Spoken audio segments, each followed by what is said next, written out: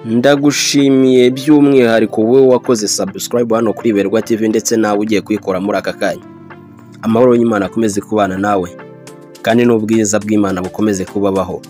Uyu munsi ngiye kugusobanurira izina Eric, mu mukunzi wa Berwa TV badusabye ko twamusobanurira izina Eric. Izina Eric ni izina rihabwa abana b'abahungu, rikaba rifite inkomoko mu rurimi rw'Ikidage, rikaba risobanuye umuyobozi w'ibihe byose.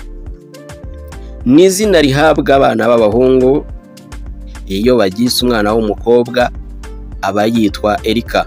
Umuhungu ni Eric, umukobwa ni Erika. Dore bimwe biranga ba Eric nibi bikurikira.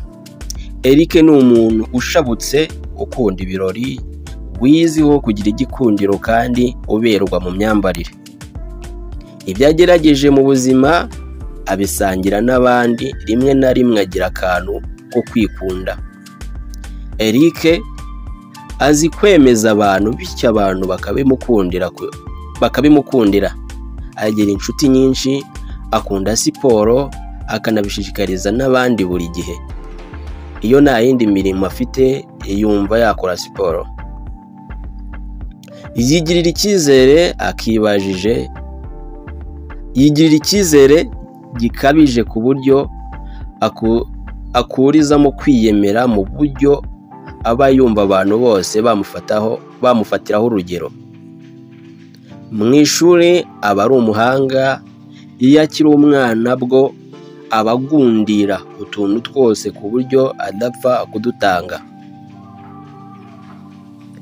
Kubera ukuntu asabana n'abantu, aho ageze aba yisanga, amenyana n'abantu vuba bakanamenyerana.